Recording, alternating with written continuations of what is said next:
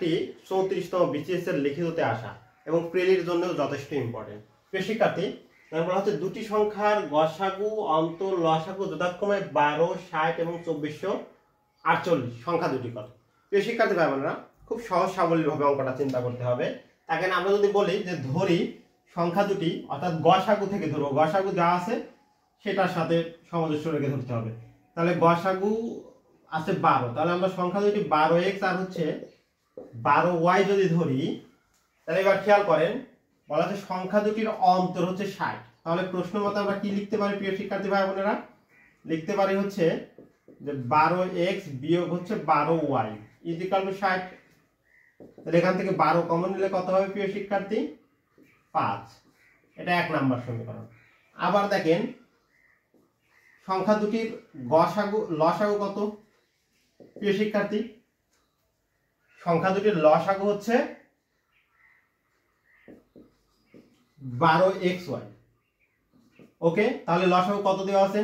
লসাগু দেওয়া আছে হচ্ছে 2448। তাহলে xy সমান কত হবে প্রিয় শিক্ষার্থী? 2448 ভাগ হচ্ছে 12, কেটে দিলে হচ্ছে 204, অর্থাৎ xy ইকুয়াল টু 204 পাইলাম। এটা 2 নাম্বার সমীকরণ।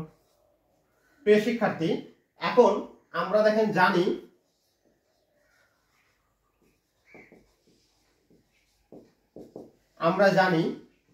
x plus y whole square সমান কি লিখতে পারি প্রিয় শিক্ষার্থী? x minus y whole square plus 4xy, এই সূত্রটি আমরা লিখতে পারি। এবার খেয়াল করেন যে x প্লাস y সমান তাহলে রুট অফ, এটার মান কত? 5 স্কয়ার প্লাস 4 ইন্টু 204। প্রিয় শিক্ষার্থী, তাহলে এটাকে আমরা কত লিখতে পারবো? এটা হবে হচ্ছে 841, বর্গমূল করলে কত হয়? 29। প্রিয় শিক্ষার্থী, এটাকে আমরা 3 নাম্বার সমীকরণ বললাম। এখন দেখেন 3 আর 1 যদি আমরা যোগ করি, 3 আর 1 যোগ করলে কত হবে প্রিয় শিক্ষার্থী? 3 যোগ 1 করে 2x ইকুয়াল টু 34 হয়। 34, তাহলে x ইকুয়াল টু কত হবে প্রিয় শিক্ষার্থী? 17। আবার আমরা যদি 3 বিয়োগ 1 করি, তাহলে কত হবে প্রিয় শিক্ষার্থী? 2y ইকুয়াল টু হচ্ছে 24। তাহলে y ইকুয়াল টু কত? 12। প্রিয় শিক্ষার্থী, তাহলে বলা আছে সংখ্যা দুটি কত? তাহলে সংখ্যা দুটি হচ্ছে, খেয়াল করেন, একটা আমরা x এর মান পেলাম হচ্ছে 17 আর একটা হচ্ছে 12। তাহলে সংখ্যা দুটি যদি আমরা বের করতে চাই এখান থেকে, দেখেন সংখ্যা দুটি আমরা কি ধরেছিলাম প্রিয় শিক্ষার্থী?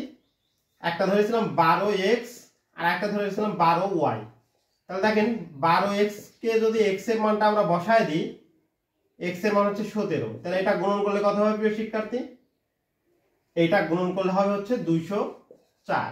আর 12y যদি আমরা মানটা বসায় দিই, তাহলে কত হবে? y এর মান 144। তাহলে সংখ্যা দুটি একটা হলো 144 আর একটা হলো 204। এটাই উত্তর। তো শিক্ষার্থী, আজকে এ পর্যন্তই। পরবর্তীতে আরো কোনো